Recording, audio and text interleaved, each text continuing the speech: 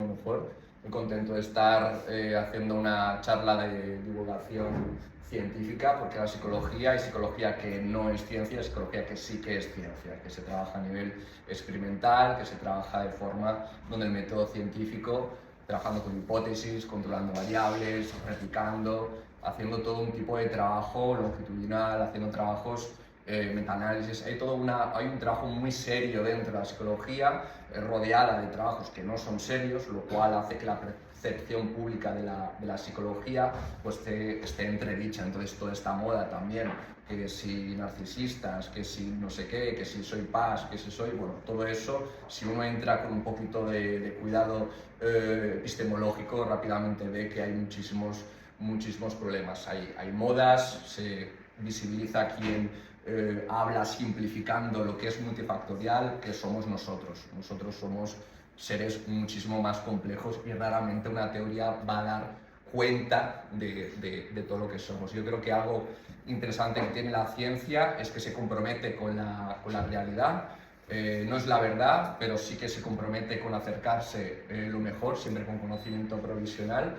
Y mi charla hoy va a intentar, en la medida posible, hacer un acercamiento a qué ofrece la ciencia de la psicología en un tema tan íntimo como es las relaciones de pareja.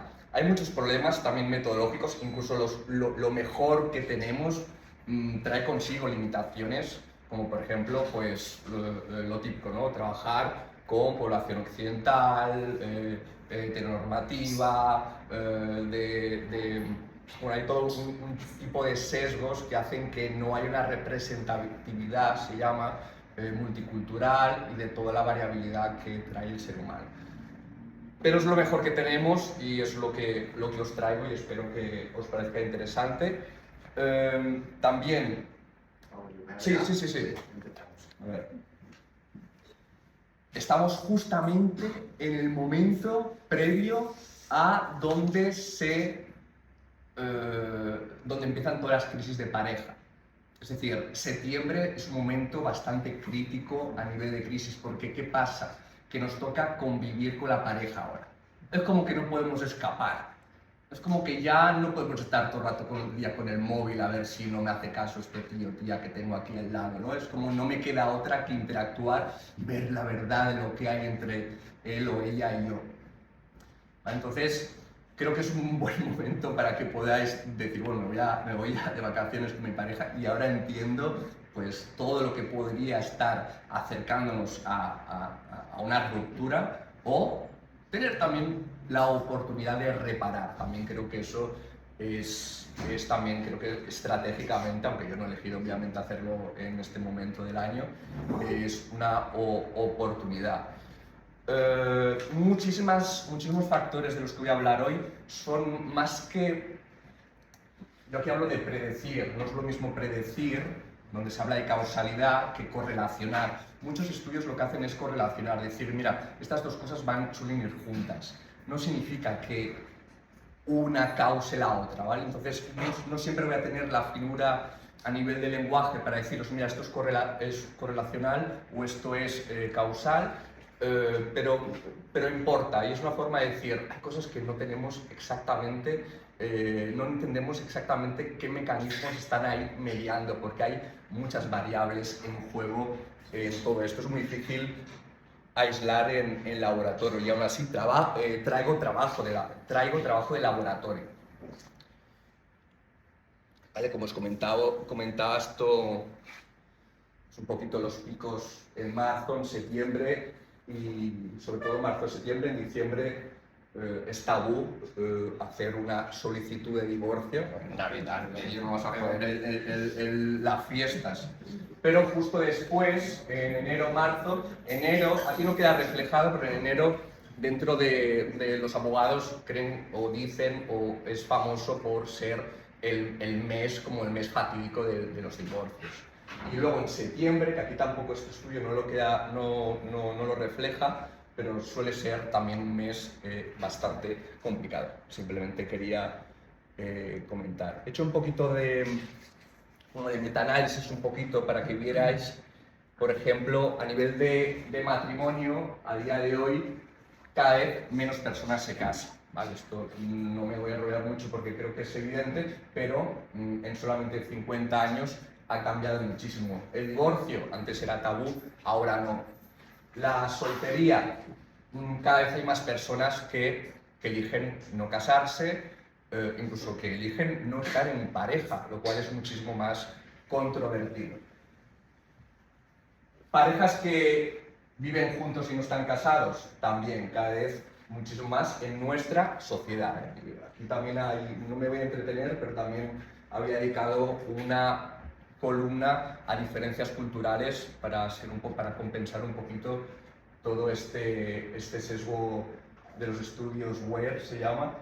Y luego, hijos sin estar casados también, ¿no? De 40 al 75%. En fin, no quiero leer lo que está en pantalla. Luego la duración de las relaciones también ha bajado en picado. Ya no tenemos ciertas creencias o normas sociales que nos aprisionaban, es decir, yo que no quiero estar aquí, pero debo estar porque la Biblia, la religión o porque la presión social era muy grande. Somos más libres, igualmente la duración está en 15 años, me parece mucho, pero sigue siendo lo que he encontrado. La edad del primer hijo, pues hace 50 años, a los 20-25 años, ya la mujer ya tenía hijos, y a día de hoy está en 30-33, y esto obviamente va creciendo.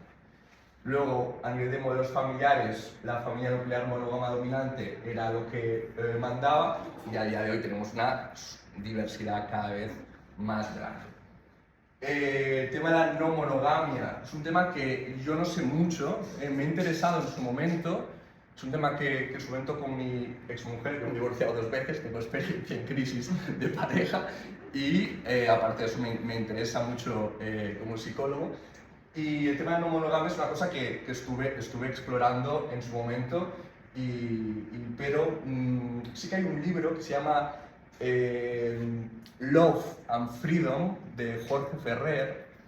Jorge Ferrer para mí es un súper referente, que podría ser interesante incluso traerlo aquí, os podría pasar el contacto, y él sí que tiene bastante idea. Y Love and Freedom es un libro que hace una revisión muy profunda y rigurosa sobre este tema. Lo digo porque es un libro que vale la pena, y traer a esta persona también sería yo creo que algo muy interesante. Y luego todo lo que sean parejas LGTBI, pues también es algo que ha cambiado muchísimo el panorama,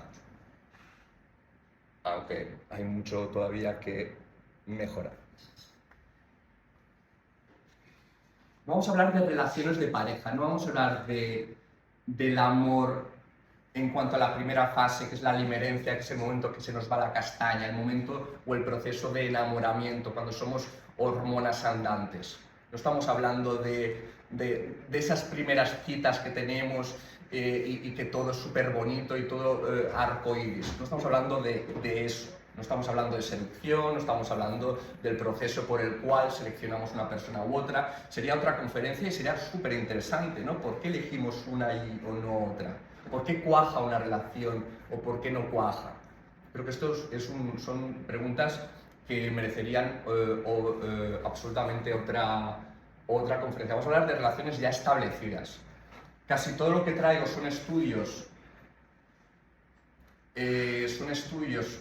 de matrimonios, no de relaciones que son de hecho, simplemente han decidido compartir en las condiciones de lo que vamos a ir definiendo de lo que es una relación, y eso también tiene un sesgo, ¿eh? Eso también hay cosas que no son para nada generalizables y quizá en vuestras circunstancias no acaba de aplicar, y eso puede ser. Aún así, yo creo que traigo variables que por investigación que he hecho aplica a colectivo LGTBI, por ejemplo, o incluso a no monogamias.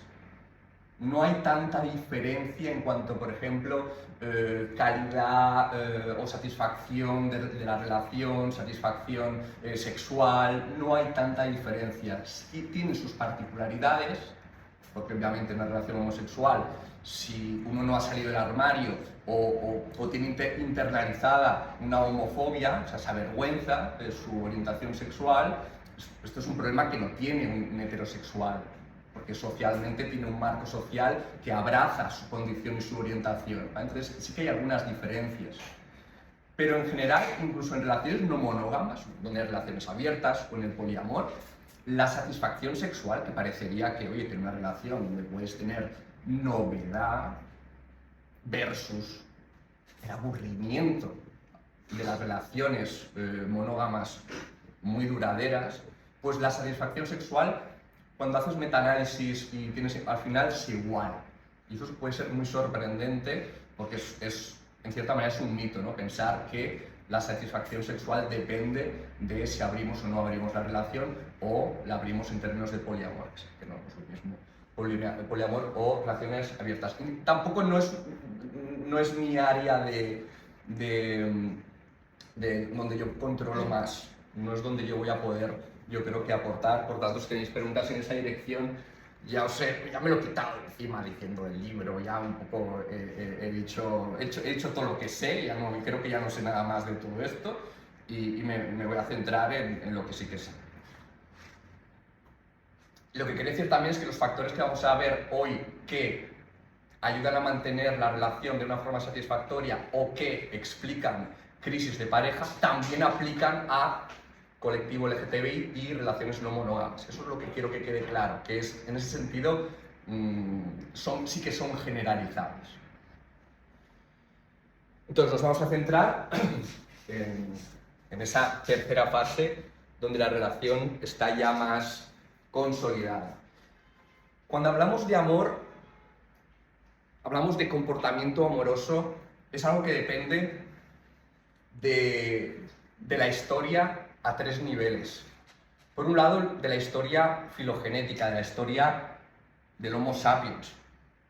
Ahí hay toda una inercia, una genética, una memoria.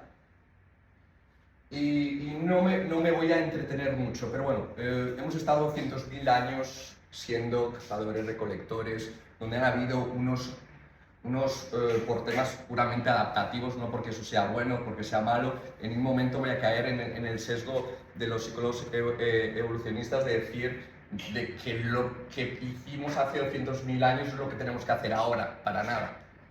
Si tiene algo el ser humano es su variabilidad y su capacidad de adaptación. Pero sí que creo que, aunque no lo voy a poder desarrollar, porque me quiero centrar en otras cosas y si no, se va a durar mucho esto, es que no concuerdan muchos instintos con la realidad social que tenemos actualmente. Es una tensión que nos tenemos que comer con patatas, es lo que hay, ¿vale? Entonces, yo no creo que haya ninguna fórmula de relación donde todo sea paz, donde todo encaje. Siempre elijas lo que elijas, te vas a putear por algún lado. Por supuesto vas a disfrutar del amor, pero siempre va a venir con algún tipo de sufrimiento, o va a venir con algún tipo de roce o tensión. Y eso yo creo que es mejor aceptarlo antes que ir buscando y de forma idealizada la fórmula del amor donde todo encaja perfectamente. Pero bueno, pero es muy interesante entender cómo somos a nivel evolutivo, qué hemos estado haciendo durante al menos 190.000 años.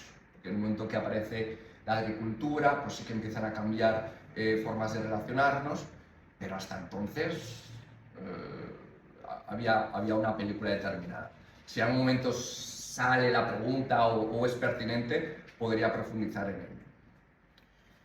Segunda historia a tener en cuenta, que un poco lo comentaba, pues todo el contexto cultural, toda la realidad cultural, todas las creencias. Pues oye, pues yo puedo tener una inercia a nivel de historia de la especie en el que, yo que sé, algunos comportamientos han sido especialmente recompensados por la selección natural, pero eso entra en conflicto con reglas verbales o creencias como tengas sexo fuera del matrimonio, irás al infierno. O sea, puede entrar en conflicto, como os decía, la naturaleza con la cultura. No estoy diciendo que haya una pelea a nivel ontológico, a nivel esencialista, porque al final la cultura emerge de forma casi lógica de la naturaleza. Yo creo que es una falsa dicotomía o pelea entre una cosa y la otra, pero sí que hay, como os decía, hay conflictos. Sobre todo porque nuestro entorno cambia muchísimo más, o sea, cambia más deprisa de lo que puede cambiar, de lo que podemos nosotros cambiar a nivel físico, biológico. Va demasiado rápido. Entonces, eso nos hace estar un poco descolocados.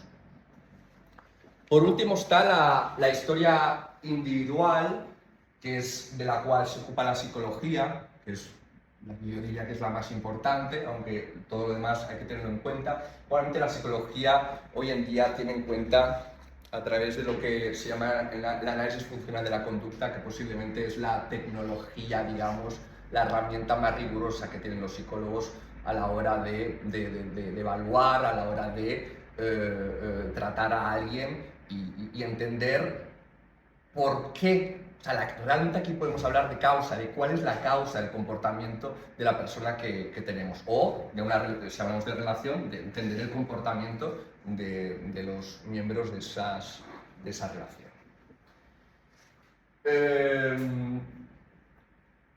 El comportamiento dentro de este tipo de enfoque psicológico se entiende como una relación entre el sujeto y su entorno. Nos interesa sobre todo la función del comportamiento, nos la pela el comportamiento.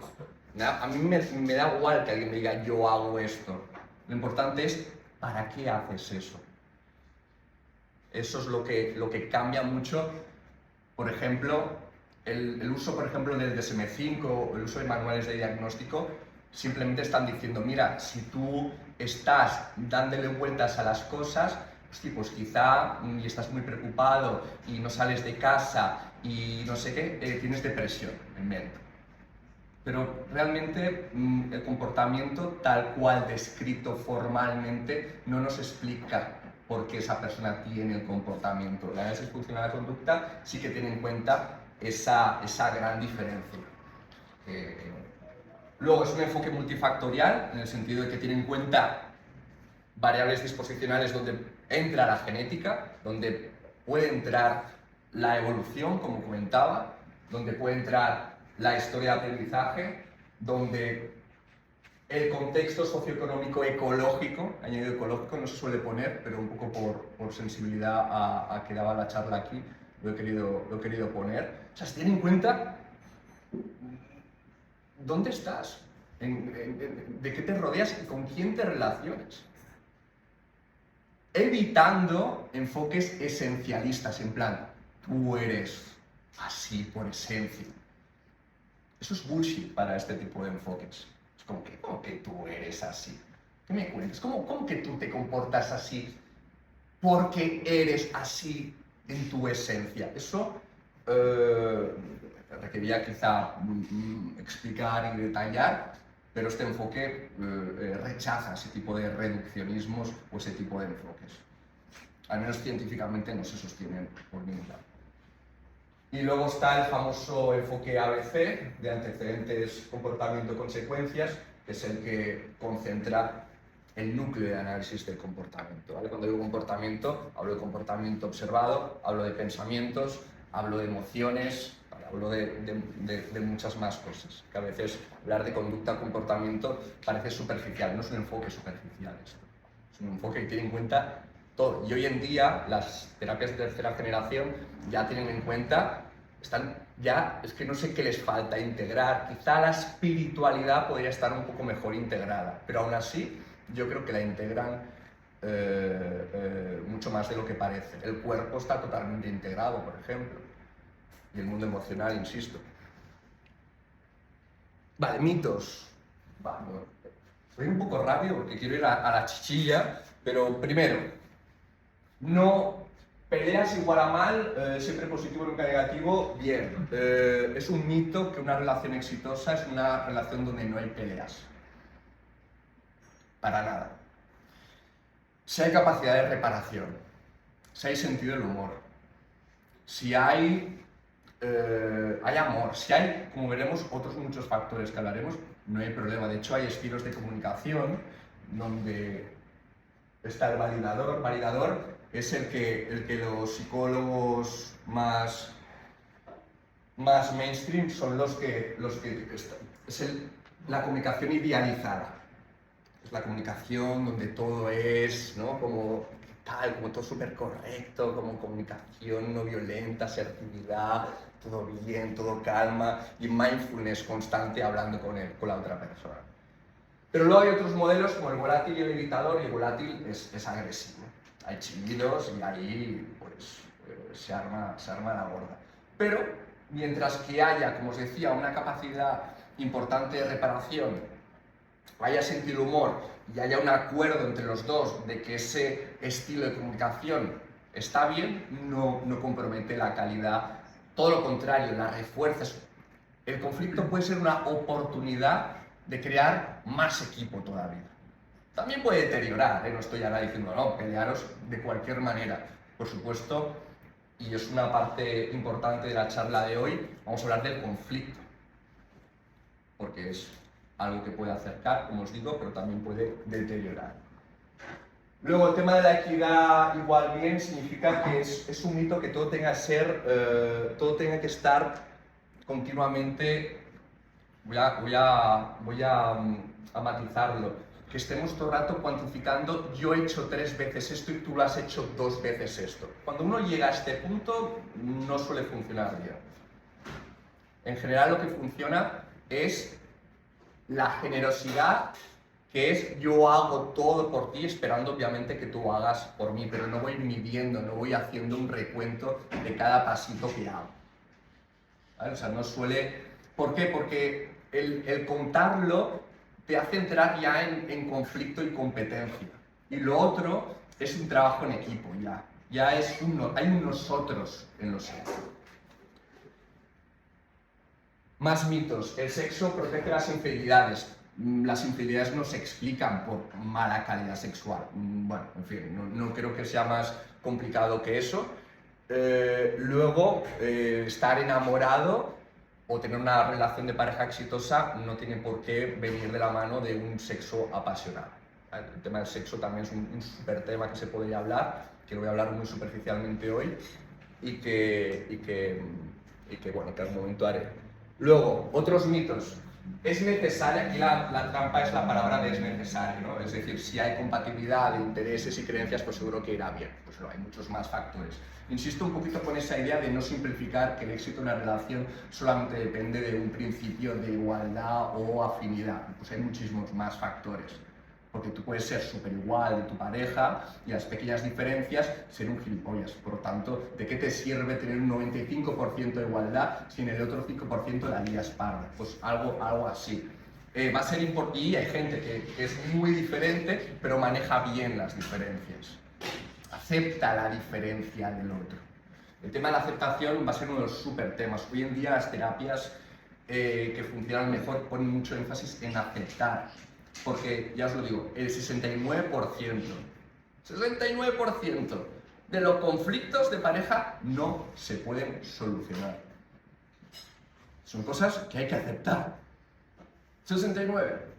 No me acuerdo cómo se llama un psicólogo que dice, cuando eliges una pareja, eliges un tipo de problemas que vas a tener que aceptar durante lo que dure la relación.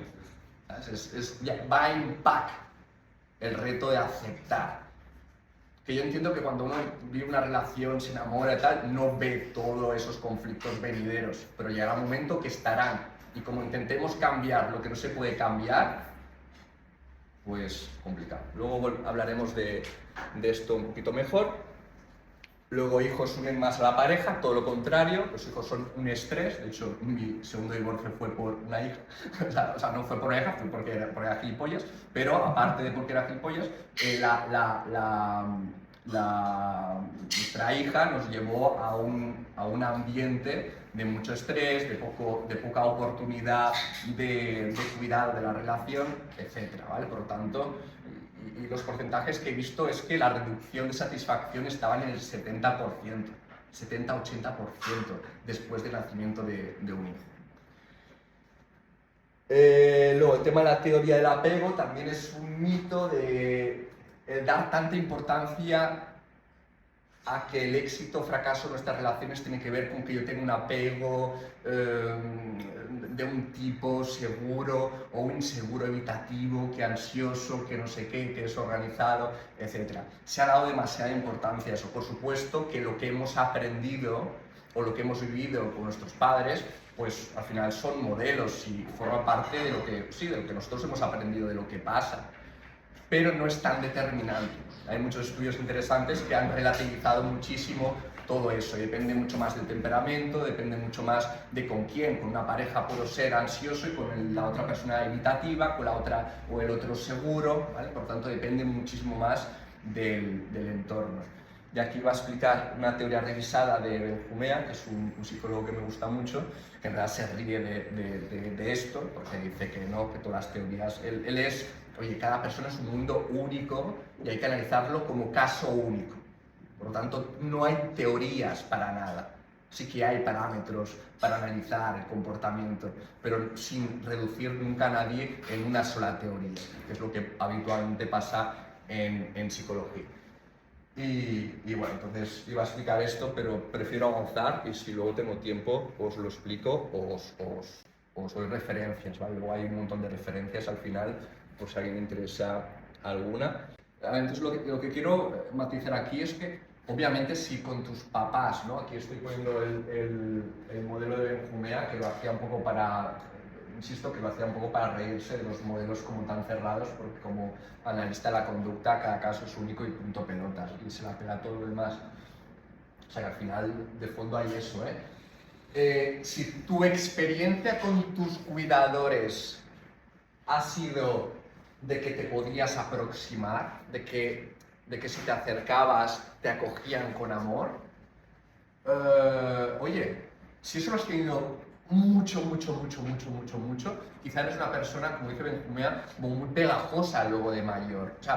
O sea, quiero reconocer que obviamente tu historia concreta con tus padres sí que importa. El tema es que no es una cosa determinante, como dice la teoría del apego, sino que hay, por un lado, la genética, y luego que tú siempre sigues aprendiendo. Es decir, tú puedes ser una persona que ha sido, siempre con tus papis has sido como muy pegajosa, y llegas a tu primera relación y vas a querer ser pegajoso.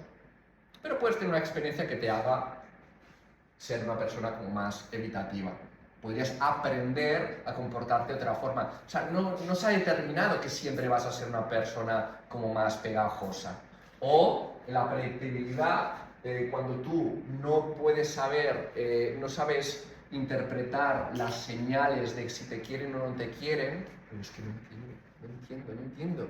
Eso genera como una incertidumbre, y vivir la incertidumbre es vivir en estado de ansiedad.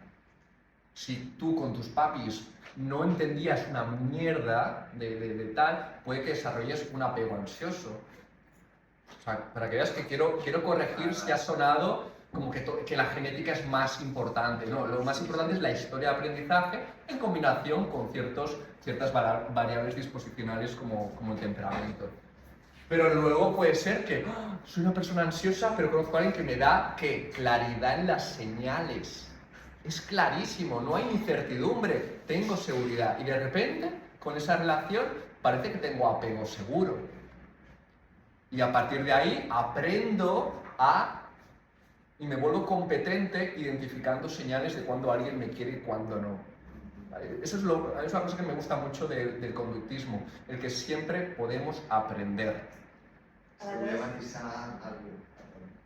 No creus que hi ha patrons, perdona, Sí, hay. D'aquestes persones que repeteixen patrons. Sí, porque no aprenden. Vale. No hay aprendizaje. Lo del género como algo determinante es, pues, bueno, que no es que soy hombre y esto y lo otro, soy mujer y esto y lo otro. Sí que se han encontrado diferencias de género, pero es una cosa de que se ha encontrado. Es decir, no se sabe muy bien si es una cuestión biológica, no se sabe muy bien si es una cuestión cultural, no se sabe muy bien, pero sí que se ha encontrado ciertas generalidades. Algunas podrán tener que ver con temas fisiológicos, otros tendrán que ver con temas culturales o un poquito de todo. Pero no es determinante. Es un mito el reducirlo a los hombres somos de Marte y, ¿no? y las mujeres somos de Venus o las mujeres sois de Venus.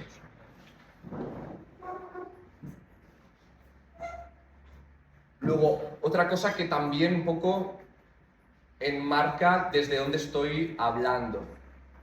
Hablo desde una psicología que evita ciertos tipos de errores. El error categorial es el no entender que cuando creamos una categoría como el amor, eso es porque primero observamos comportamientos amorosos y de ahí se construye el concepto.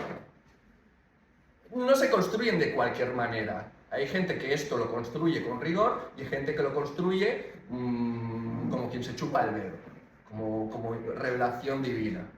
¿Ok? Entonces, primer error, no saber separar una cosa de la otra o no entender el proceso de construcción de conceptos. Esto en ciencia se entiende muy bien, cómo es el método inductivo y cómo luego eso se retroalimenta con el método hipotético deductivo. Luego, la reificación. Esto es un súper tema. Reificación es básicamente creer que amor es una cosa, como si fuera una cosa material.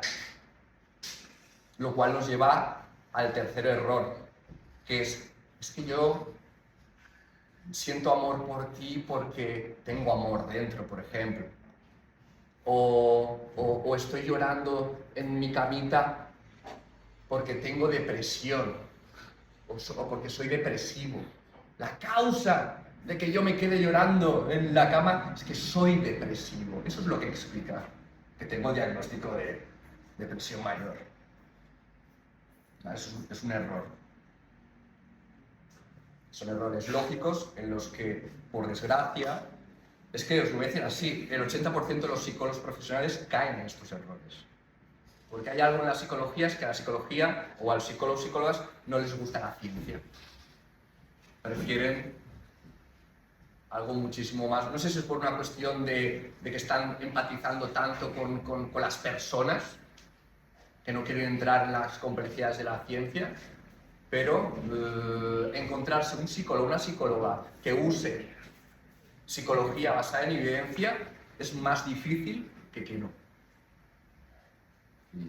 Y eso, como decía un epistemólogo, no hay cosa más práctica que una buena teoría. Si tu teoría es una teoría de mierda, por mucha empatía que tengas, por mucha intuición que tengas, por muy tal, sin querer, no vas a ayudar a integrar la experiencia de la persona que tienes delante. No vas a ayudar a la persona a que entienda. En fin, había una estadística, no sé dónde la he sacado y tengo muchas ganas de buscarla, de que de media se necesitaban 7 psicólogos hasta llegar a uno que utilizara una metodología basada en evidencia. Que antes la persona con el problema que tuviera tenía que comerse con patatas, no sé si eran 6 o 7 psicólogos que no manejaban ese tipo de metodologías. Bien, como os decía, traigo una información súper interesante de John y Julie Gottman, que fueron 2 investigadores que revolucionaron gracias a aplicar el método inductivo. El método inductivo, recordad que nos basamos en la experiencia, recogemos datos y de ahí sacamos teoría. No me hago una teoría y luego espero que los datos encajen en la teoría. No, al revés. No, porque él hizo un grado de matemáticas y física y su mujer era psicóloga. Entonces hicieron ahí en plan, bueno, pues aquí a hacer algo riguroso, a ver qué sacamos, ¿no? Hicieron el laboratorio del amor, que era un espacio donde estaban monitorizando pues de todo, desde a nivel fisiológico, como el comportamiento, lo iban registrando, todo como bien categorizado, con toda una serie de registros súper rigurosos, y luego hay libros que yo ni me atrevo a leer de John Gottman, que son matemáticas puras para analizar todos esos datos que recogieron. A mí realmente se me escapa y no entiendo. Pero este libro más otros son libros que un poco recogen y han llevado a la práctica clínica todo lo que descubrieron. Bueno, tenía algún vídeo, pero prefiero poner otros vídeos para que vierais cómo es el laboratorio, aunque ya la imagen ya veis cómo todo está monitoreado. Y podían estar horas, pero también días. A veces dice, bueno, pasé el fin de semana aquí, a ver qué tal. Entonces ahí descubrieron un montón de cosas. Por un lado, los 4 jinetes son 4 tipos de comportamientos. Sí. Perdona, creo que es una llamada. No sé exactamente qué nos explica. Me gustaría saber qué quiere decir un laboratorio. Es un espacio donde parejas, creo que estudiaron 4.000 parejas, interactuaban entre ellas siguiendo diferentes instrucciones en plan, oye, hablar de un día normal o este problema que tenéis, hablar sobre él. Entonces medían toda la información que recogieron, o sea, todo lo que descubrieron les permitía predecir, aquí sí que uso la palabra predecir, con un 92% si una pareja se iba a separar o no. 92% no está nada mal. ¿Pero qué quiere decir? Medir a nivel fisiológico la conductancia de la piel, que si la pupila, que si la temperatura, que si el corazón, la frecuencia cardíaca. Luego a nivel de comportamiento, pues a través de unas metodologías de registro y observación que se llama SPAF, pues iban registrando segundo a segundo el comportamiento. Pues todo eso permitía crear modelos, que es lo que permite la inducción, ¿no? crear teorías, obviamente luego pudiendo replicar en otros contextos. Sí que es cierto que en un contexto tan controlado hay un punto que se llama deseabilidad social, es decir, hostia, me están observando, voy a sacar mis mejores pasos, ¿sabes? Voy a aquí... O sea, es un poco lo malo del laboratorio, que luego cuando lo generalizas o lo quieres generalizar en entornos naturales, no siempre va a poder funcionar. Aún así, este modelo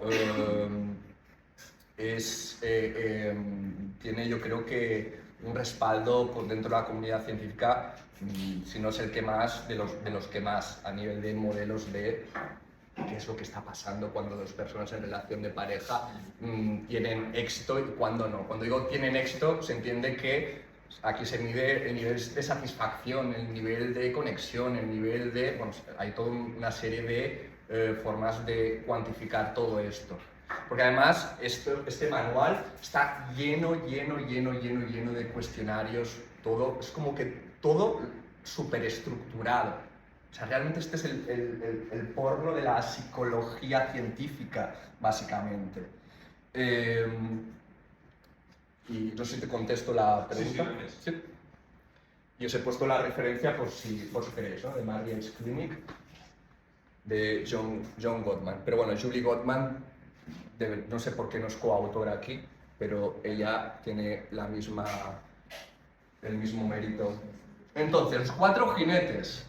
Cuando esto está presente en una relación, chungo, ¿vale? Esto es lo que os decía, ¿no? Oye, un 93% puede predecir, ¿vale? O sea, del laboratorio del amor, ¿qué sacamos de ahí, no? Pues una de las cosas que sacamos fue la existencia de estos 4 jinetes, que son al final 4 patrones de comportamiento. Por un lado está la crítica. La crítica no es, oye, cariño, has dejado los platos sin lavar. Eso no es una crítica. Eso, en todo caso, te estás quejando de algo que crees que hay que comunicarlo y está bien. Crítica, eres un desordenado. ¿Veis la diferencia? De que el segundo va a la identidad, tu ser, eres un desordenado, eres un desastre. Siempre haces esto. O sea, son como no vas al comportamiento. Es constructivo, esta es la diferencia. Si vas al comportamiento concreto, esto se hace mucho con los niños. A los niños decirle eres bueno, eres malo, eres tal, no se recomienda. No se recomienda reforzar al niño diciendo que es bueno. Se recomienda decirle, te has esforzado mucho con estas tareas o al hacer esto o lo otro. Pero siempre a nivel de comportamiento. Pues aquí también, es la misma historia. Segundo jinete, el desprecio. Aquí voy a poner un vídeo que a mí me partió el corazón. Luego explico lo que es el desprecio, que obviamente por lenguaje natural podremos hacernos una idea.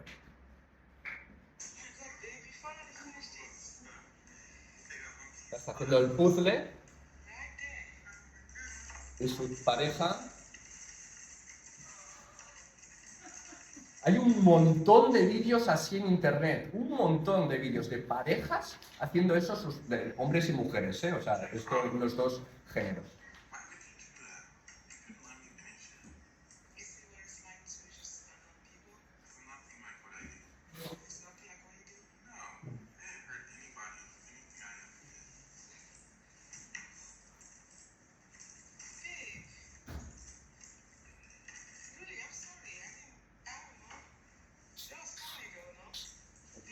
That man's right, because that is not funny. That is just...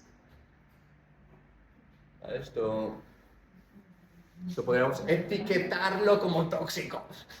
El tema del desprecio es entrar en burlas, entrar en este comportamiento, en comportamientos que son realmente destructivos de la satisfacción, la confianza, la unión, todo el sarcasmo, las burlas. Y esto tiene un nivel como superior de destrucción, ¿no? Cada vez vamos a ir a más destructivos. Luego está la actitud defensiva, que Gottman lo identificó sobre todo en hombres, que es básicamente pues eso, ponerse a la defensiva, o bien diciendo y tú más, ¿no? Como contraatacando, o excusándose. Aquí el reto a nivel terapéutico o a nivel de vosotras en relación es no poneros a la defensiva. O sea, estar abiertos a escuchar, aunque os joda, sin tener que entrar en justificaciones, o os jodéis y sentís culpa. O sea, hay todo un tema emocional. Saber sostener las emociones ayuda a tener mejores relaciones. Luego hablaremos de inteligencia emocional, o al menos lo mencionaré rápidamente. Hay gente que no sabe sostener la incomodidad de la culpa. Además, una cosa que descubrió Gottman es que los hombres especialmente necesitan ser especialmente muy admirados. Digo que las mujeres, ¿no? Pero es una cosa, ¿no? Entonces, claro, tanto la crítica como desprecio, porque la actitud defensiva se da como respuesta a la crítica. Si yo te digo algo, incluso aunque me hable de comportamiento, pero más si hago una crítica y voy a tu persona, eso entra en conflicto con esa tendencia de querer ser admirado. Entonces, eso genera emociones como la vergüenza o la culpa. Por tanto, saber sostener eso, saberlo respirar y sostener, como digo, forma parte del trabajo en pareja, para que la persona pueda dejar de estar con esa actitud defensiva. Y por último está la evasión, que es un poco, es como, estoy pensando cómo se dice en inglés, es como poner una barrera de piedra, una muralla. Es la persona que se queda como que no responde, como mirada al infinito. O directamente se va, o, que es lo más habitual, sí que está presente, pero está ya en una dimensión paralela. Este es el jinete de la muerte, lo llamaba John Gottman. Más cosas que descubrió. Descubrió que si en general, como mínimo, había una tasa de interacciones de 5 interacciones positivas por una negativa, como mínimo, obviamente si hay 6, 7, 8, 9, mejor, se podía mantener una percepción de la relación positiva. Pero si no, aparecían un sesgo pesimista o negativo. Entonces, 5 interacciones positivas no tiene que ser 5 cosas espectaculares. Puede ser un ¿qué tal, cariño? Puede ser un ¿has visto esto? Es enviar quizá un meme. O sea, pueden ser muchas cosas. Son actos de acercamiento que demuestran, me acuerdo de ti, tengo cariño por ti, tengo aprecio por ti, pienso en ti. Pueden ser pequeñas cosas. Más concretamente, reconocer lo bueno de la persona, pues qué guapo estás, qué bien, qué tal. Estas pequeñas cosas ya son interacciones que son positivas. Insisto, es muy importante que quede claro que no tienen que ser eres increíble, lo mejor. No hace falta, pueden ser pequeñas cosas, ya cuenta en ese banco emocional, lo llama John Goldman. Interacciones de intimidad, actividades juntas. El otro día leía un paper en la que es más importante hacer actividades emocionantes que experiencias placenteras. O sea, lo importante es lo emocionante, no lo placentero. Esto es algo que me pareció muy interesante. Luego, todo esto tiene como consecuencia que predomine el afecto positivo, que son básicamente emociones que vamos a decir que son positivas, que no quiero decir que una relación, insisto, una relación no tiene por qué carecer de desprecio sí, de tal. Podemos tener momentos de frustración y de ira y tal. El tema es que no predomine, insisto. El tema es que no sea algo que esté dentro de una proporción superior a esta. Y luego el tema de la admiración y el cariño, que es un poco lo que estaba comentando, y que es incompatible con el desprecio. Si el desprecio implicaba, como hemos visto en el vídeo, pues, lo que hemos visto, todo este tipo de comportamientos. Y por eso, tener una cita semanal, tener a nivel terapéutico, pues se entrena, porque es una cosa que se pierde en una relación deteriorada, o sea, que no sale espontáneamente. Se entrena el saber poner atención en lo positivo de la pareja. Se entrena, insisto mucho con eso. Entonces, pues voy a registrar todo lo que me gusta de ella, todo lo que ha dicho ella, todos los intentos que ha hecho ella de acercarse a mí, tal, no sé qué, y luego le voy a hacer entender que me he dado cuenta. No es suficiente con percibir esos acercamientos, sino también hay que hacerle entender. No sé por qué, pero la frontera entre placer y emoción me parece como muy difusa. Entre placer y emoción... Bueno, placer puede ser ir a comer algo que está muy rico, es como más sensorial y emocionante. Pues imagínate el lanzarte en paracaídas, no es placentero en un principio, pero es muy emocionante. Es un ejemplo súper claro, rollo, ir a tu restaurante y te gusta... Entiendo que habrán situaciones donde estará mezclado, eso seguro, por supuesto. Hacer el amor es emocionante y placentero. O bailar es emocionante y placentero, totalmente. És dissabte, no tallar la casa, és que no és plaent. ¿Al qué? Fer dissabte, Fer dissabte no es emocionante. no és emocionante? Bueno, no lo sé, no lo sé. Rebuig bastant grossa, No lo sé. Sí, No- y las emociones no son negativas. no? Sí, bueno, estamos hablando de emociones de afecto positivo. Ah, Sí, está bien, no he matizado nada, o sea, he citado o he Pero cuando hablas de mencionado. emocionante se refiere a esa intensidad. O sea, Sí, exacto, y de valencia positiva, ¿vale? De afecto positivo. Sí. Jo pensava que hi havia una part de la emoció negativa que et fa construir, en plan... Sí, ¿No hay? sí, por supuesto. O sea, cuando hablemos del conflicto, o antes lo hemos mencionado, que el conflicto es una oportunidad para tú demostrar que estás ahí. ¿No? Ahí está el tema de la fiabilidad. Tienes la oportunidad de decir, cariño, somos equipo, cariño, juntos lo vamos a solucionar. Voy a hacer esto, esto y esto. Claro, si tú haces lo que dices que vas a hacer, eres fiable. Y eso tiene un valor enorme. Entonces, es gracias al conflicto. De hecho, cuando todo va bien, es como que construyes desde el todo va bien. Es el estar en la trinchera con alguien lo que te genera un vínculo como todavía más profundo. O, oye, he estado en crisis porque se murió esta persona, tal, y estoy en proceso de duelo y tu pareja está ahí, o he tenido una enfermedad y mi pareja ha estado ahí cuidándome, apoyándome en un momento complicado. Son momentos donde hay afecto negativo, pero son oportunidades de fortalecer la relación. a través del compromiso, a través de la confianza, que son los factores que vamos a ver ahora, ¿no? La confianza, me gusta mucho la definición de confianza. Es la esperanza, que esto se podría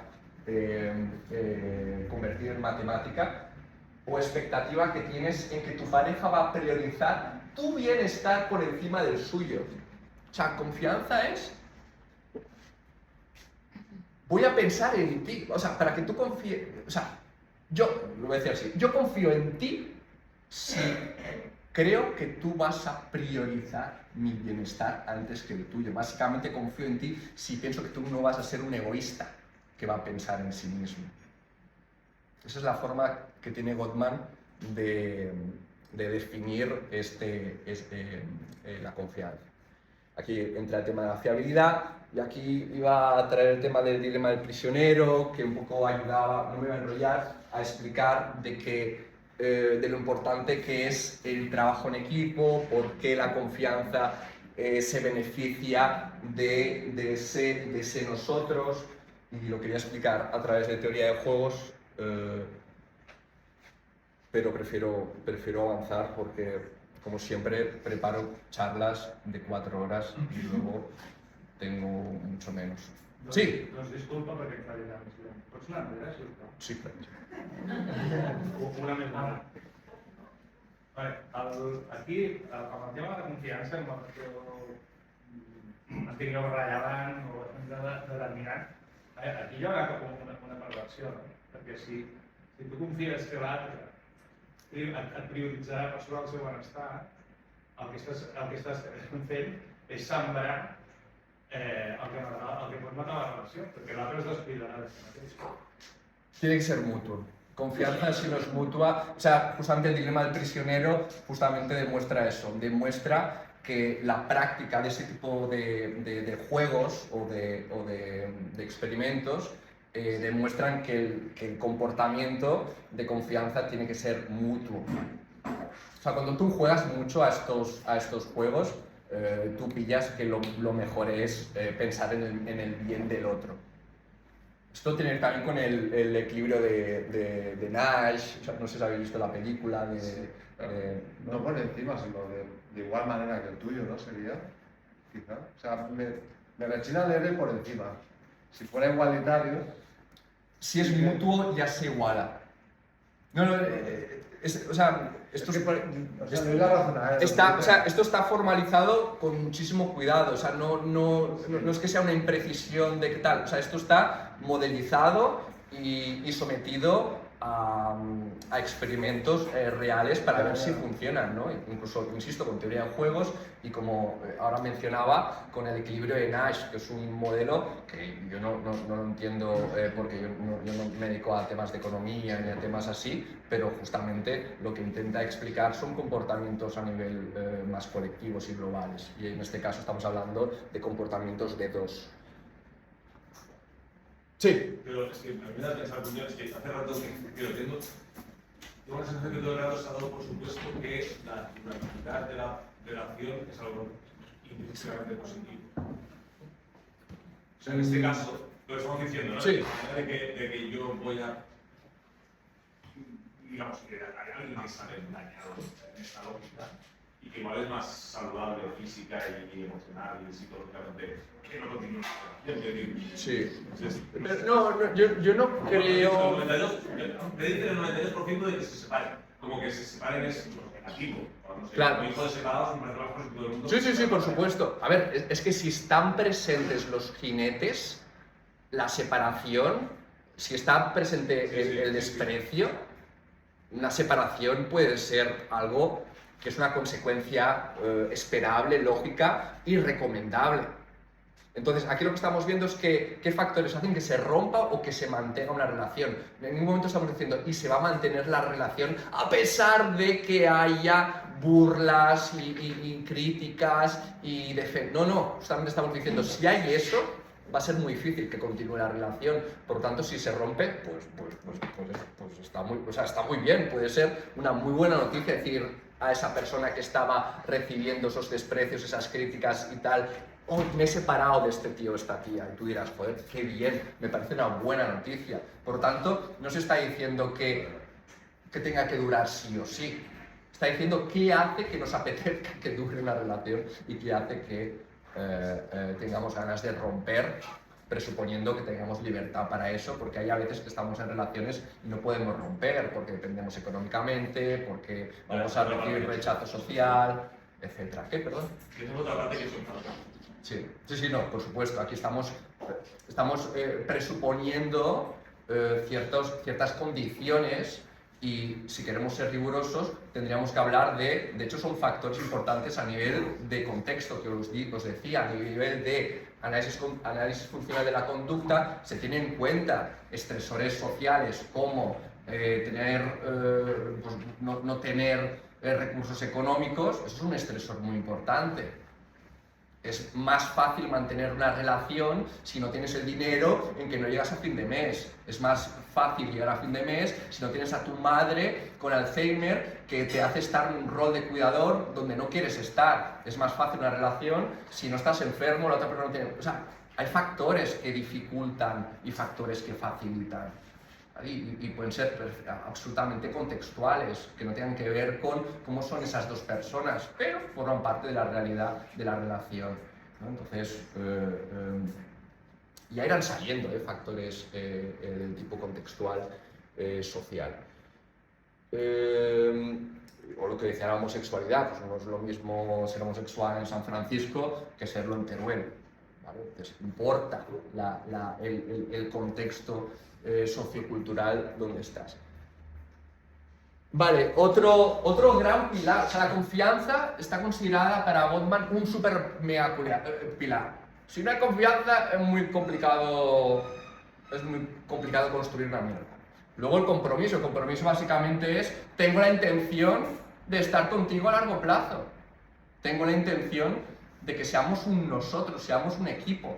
Si eso no está, y además es muy interesante porque aquí hablo de un modelo que esto no es de Gottman, pero quería explorar un poquito más el tema porque es una cosa que le da mucha importancia Gottman. Gottman yo creo que tiene un punto muy conservador, ¿vale? Entonces ese punto conservador a veces hace que dé por supuesto demasiadas cosas, ¿vale? Pero eso pasa, o sea, los investigadores son personas con sus prejuicios y sus dogmas internos. Entonces, el modelo de inversión de Rusbull es muy interesante porque dice, hay tres factores que determinan, no sé si era 3/4 partes de lo que hace que alguien se comprometa o no. Una, muy evidente, no hay que ser demasiado inteligente, es cuán satisfecho estás con la relación que estableces. Hombre, si estás muy bien con esa persona, pues quizá tienen más ganas de comprometerte, ¿vale? No hay nada que nos sorprenda. Segundo, alternativas. Esto ya es muy interesante en la sociedad en la que vivimos, en la que tenemos aplicaciones, tenemos una percepción de que hay muchas otras opciones. Esto es una cosa que ha cambiado mucho respecto a antes, ¿vale? Cuanta mayor percepción, no hace falta tener a menganito, fulanito concreto ya fichado, solamente con creer que hay personas que puedan ser mejores que la persona con la que estoy construyendo, ya puede ser un factor que disminuye mi motivación para establecer el compromiso.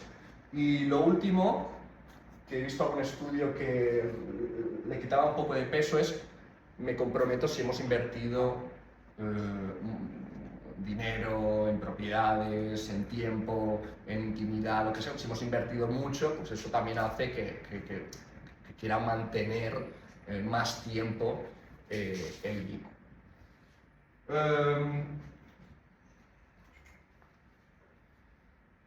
Vale, hablemos del conflicto, de la resolución o la gestión de los conflictos. Primer paso, saber diferenciar cuándo estamos ante algo que tiene solución de cuándo no, ¿no? Lo disposicional en psicología tiene que ver con algo que tiene que ver con tus patrones, que los tienes ahí ya tan cristalizados que va a ser muy difícil cambiar. Esto es una de las primeras cosas que te pueden decir en terapia, no vas a cambiar a tu pareja. Entonces, por mucho que quieras, es como, what? no significa que no tengamos capacidad de cambio, pero 69%, lo pongo un poquito más abajo, de los problemas son irresolubles. O sea, muy impactante y por eso el tema de aceptación es fundamental. Luego, sí. ¿Cómo explicas eso por la cuestión de yo soy así y no voy a cambiar? Esa parte es entrevista que comentabas, como que no era real.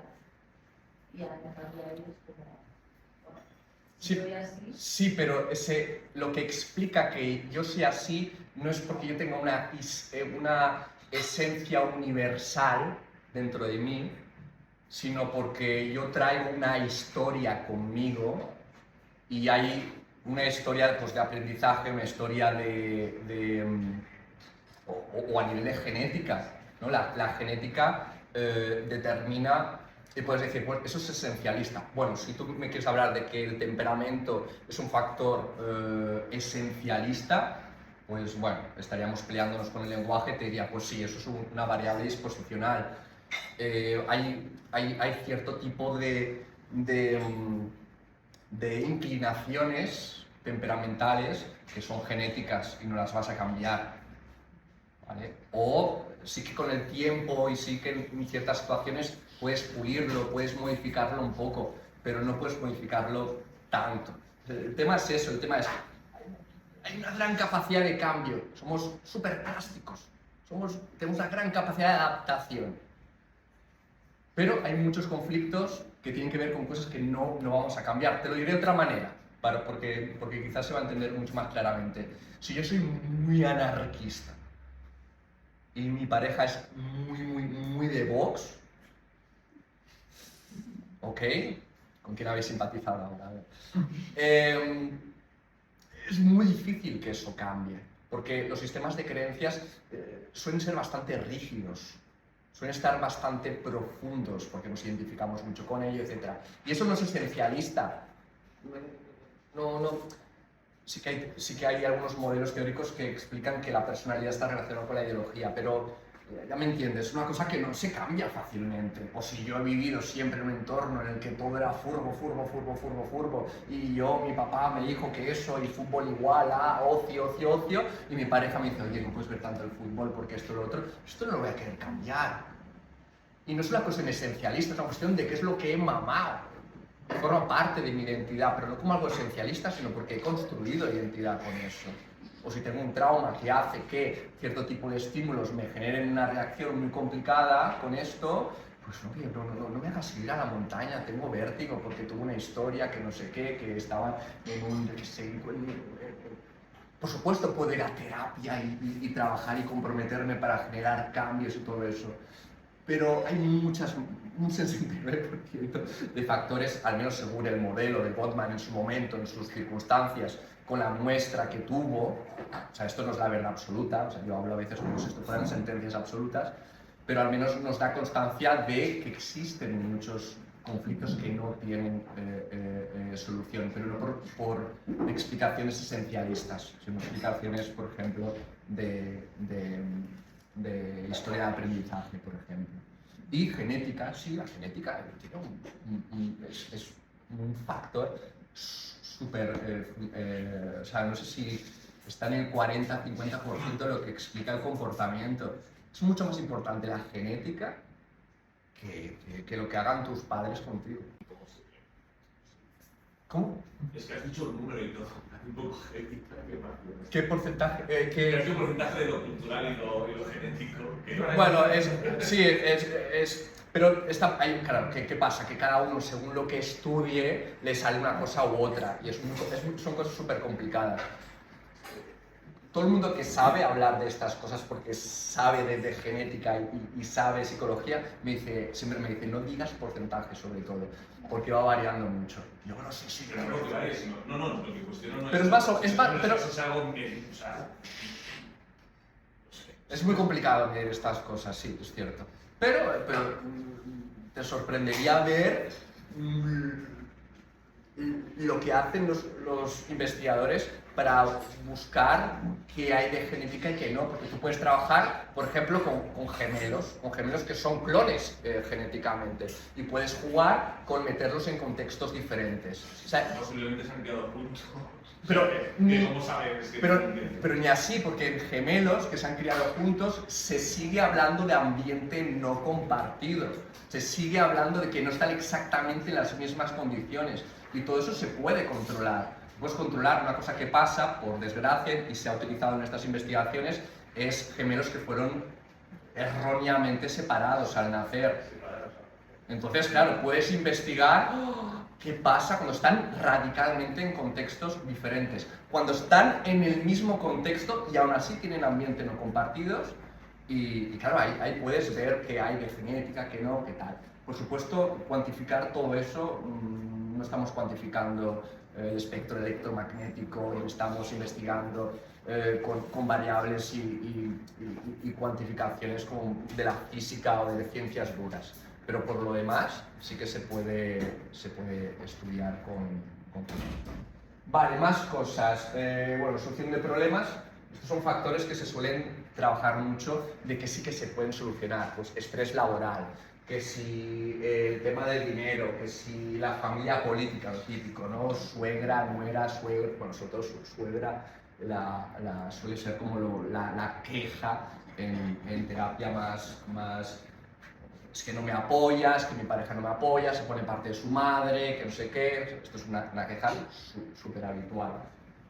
Luego el tema del sexo, que no quiero tampoco entrar mucho, tema de las tareas de casas, cuanto más sensación de estar repartido mejor, una cosa que deteriora muchísimo, igual que el reparto del cuidado de los hijos, también es una cosa que deteriora muchísimo las relaciones, y todo esto sí que es solucionable.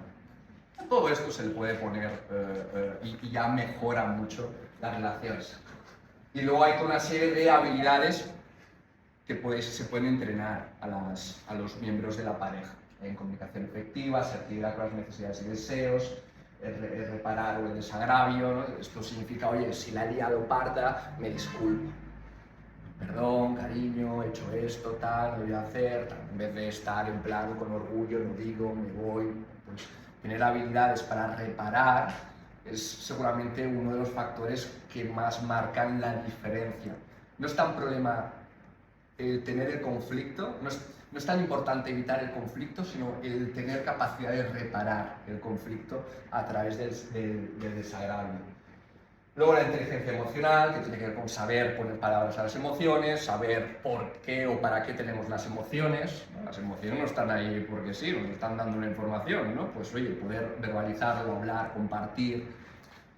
También sabernos regularnos emocionalmente, que lo tengo después. Y el tema de la sintonía, crear sintonía en pareja, tiene que ver con que si tú me estás hablando, dejo lo que estoy haciendo, te escucho, me encaro a ti, hago realmente un esfuerzo por entender, te hago entender que te estoy entendiendo y mantengo ese vínculo, ¿no? Porque ¿qué pasa? Hay a veces que uno hace un acercamiento y uno puede estar en plan, sí, sí, cariño, tal, no sé qué, o directamente responder agresivamente.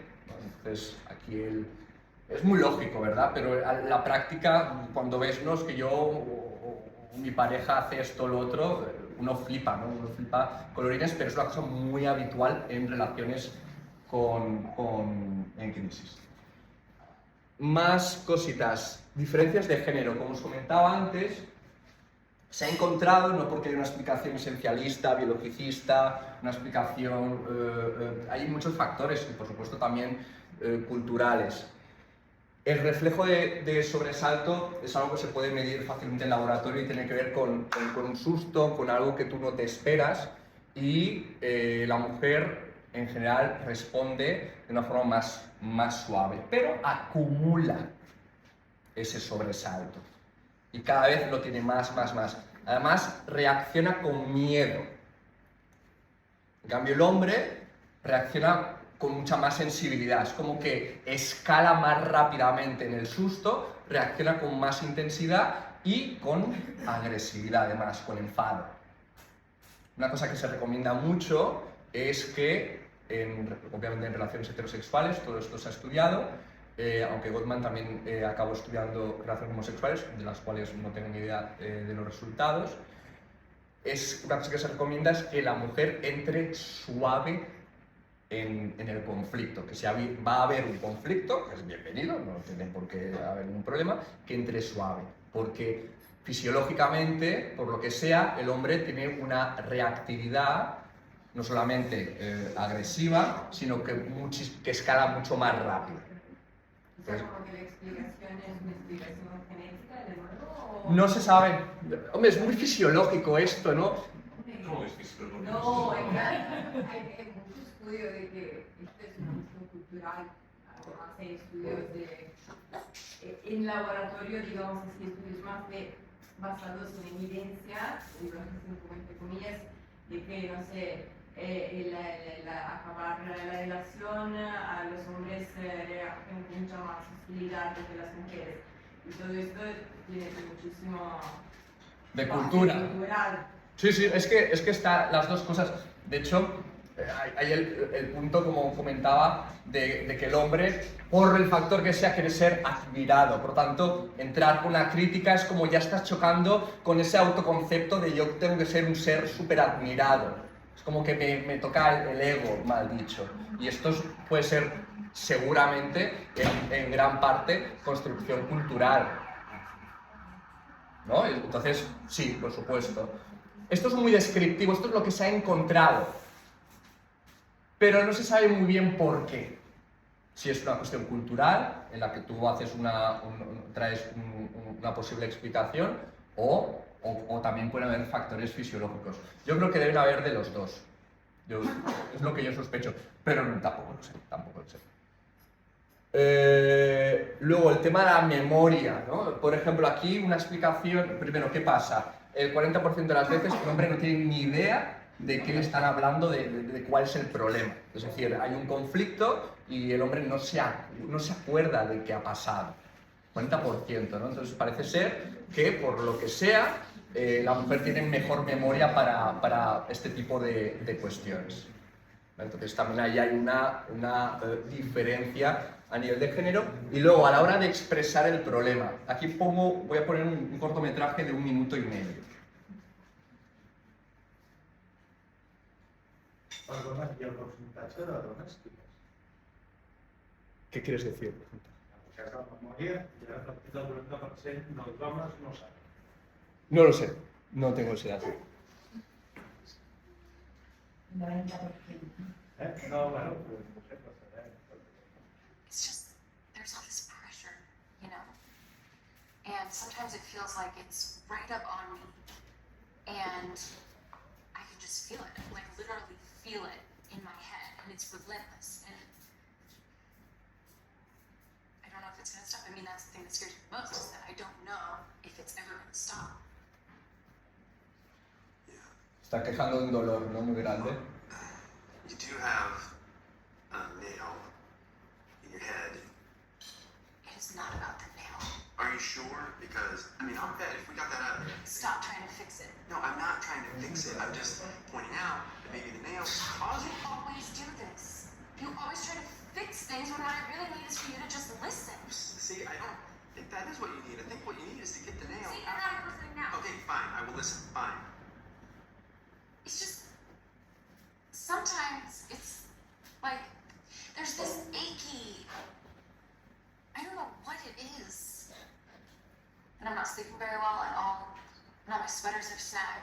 I mean, all of them. That sounds really hard. It is. Thank you. Ow! Come on, if you would just. Don't. Ok, vale, diferencia de género que se ha constatado, ¿vale? Espero que quede claro que esto es una generalización, luego hay una variabilidad tan grande en el ser humano, ¿vale? Acordaros que al final, en el caso real, se trata a cada pareja y a cada persona como un ser único. Si no entramos otra vez en el error que os decía antes de generalización. Al expresar el problema, un error que cometen más los hombres es ir directamente a la solución del problema. y parece ser que en general hay una necesidad más por parte de la mujer de solamente quererlo compartir primero y luego solucionarlo. También solucionarlo, pero después. ¿Qué se recomienda aquí? Que el hombre separe el momento de compartir y el momento de solucionar. Luego, aceptar la influencia. Aceptar la influencia es una cosa que es las relaciones que tienen más éxito suelen conformar las personas que aceptan que su pareja les pueda influir. Cosa muy obvia, pero es lo que crea un nosotros, es lo que crea una relación de dos, donde cada uno, insisto, puede influir al otro. Las relaciones donde no funcionan o que no funcionan suelen mostrar comportamientos defensivos. Hablábamos de actitud defensiva como el tercer jinete, en la que sobre todo los hombres son los que rechazan, seguramente por temas sin duda culturales, yo aquí diría, el ser influidos. Luego, más factores importantes en el conflicto, tener capacidad de regulación. Si estamos desregulados en el momento del conflicto, pues poco constructivo va a ser. Aquí lo que funciona es quizá trabajar con la respiración para activar más sistema parasimpático, simplemente respirar profundo, o técnicos de tiempo fuera, rollo, oye, me voy a dar una vuelta y vuelvo. Normalmente el que va a dar la vuelta es el que menos enfadado está, ¿vale? Porque el que está enfadado quizá no tiene la mente fría como para darse cuenta de lo importante de ese paso. Y luego se retoma, o limitar las discusiones un tiempo. Esto antes lo pensaba en cómo conocía vuestra madre, ¿cómo se llama los que son la pareja? Lily y Marshall. Hacían eso, en un capítulo peleaban y luego tiempo, y luego empezaron a actuar tope amorosos entre ellos, ¿no? Limitaban, y eso se hace para que no haya sobreactivación fisiológica. Entonces, y eso tiene que ver con inteligencia emocional, el entender cómo está tu cuerpo en ese momento. Lo de dejarse influir ya lo he dicho, y la inundación emocional o el síndrome de activación difusa es un fenómeno que tiene que ver con una sobresaturación, una sobreactivación fisiológica que hace que no podamos procesar, no podamos poner palabras, que estemos paralizados, etc. Y hay que ir con mucho cuidado porque si entramos en estado de inundación emocional, que esto es algo muy típico en hombres, ¿vale? Vuelvo a hablar de diferencias a nivel de género. El hombre tiene más facilidad para inundarse, seguramente como respuesta a que escala más rápido, que es lo que habíamos hablado antes, de que rápidamente reacciona con mucha intensidad, entonces entra más fácil, y ahí lo que se recomienda, o lo que Gottman recomienda en las relaciones heterosexuales, es que la mujer no siga, si ve inundado, que no siga, porque simplemente está como inundando más y más, ¿vale?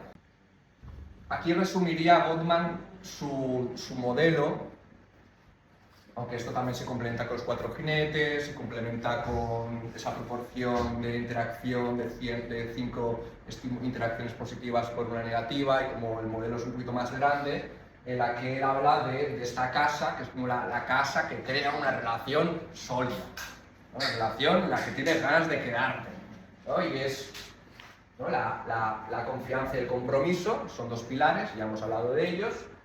La creación de mapas de amor, no he hablado de ellos, pero básicamente es conocer a la otra persona, lo que le mueve, qué es lo que desea, qué es lo que quiere, quién es, cómo es su cotidianidad, qué necesita, ¿vale? Es como conocer a la otra persona.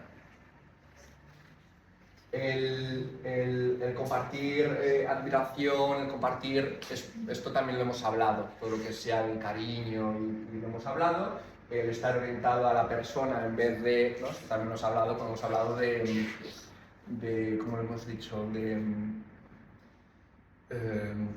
De sintonía, ¿no? Cuando hablamos de la sintonía, hablamos de eso, pero también tiene que ver, también cuando hablamos de la proporción 5:1, de todos estos pequeños detalles que uno hace que están demostrando un acercamiento a la persona.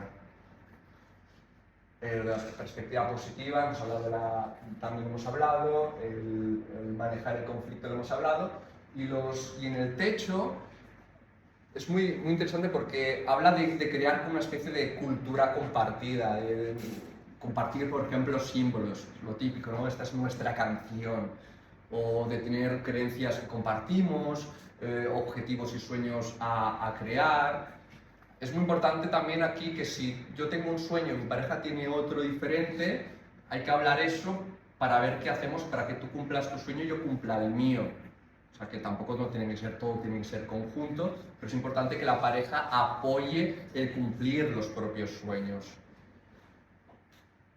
Y bueno, creo que sea la creación de significado compartido, sería lo que estoy comentando ahora. Creo que ya está, ya lo tengo. Sí. En todo esto, para... ¿Para? Para Gottman, sí, para John y Julie Gottman. ¿Qué es el éxito de una relación? El éxito, como decía antes, esto se mide con diferentes tipos de escalas. En el libro que hablaba tiene un montón de escalas donde ves un poquito qué parámetros. La satisfacción, por ejemplo, cuán satisfecho estás, y en diferentes ámbitos.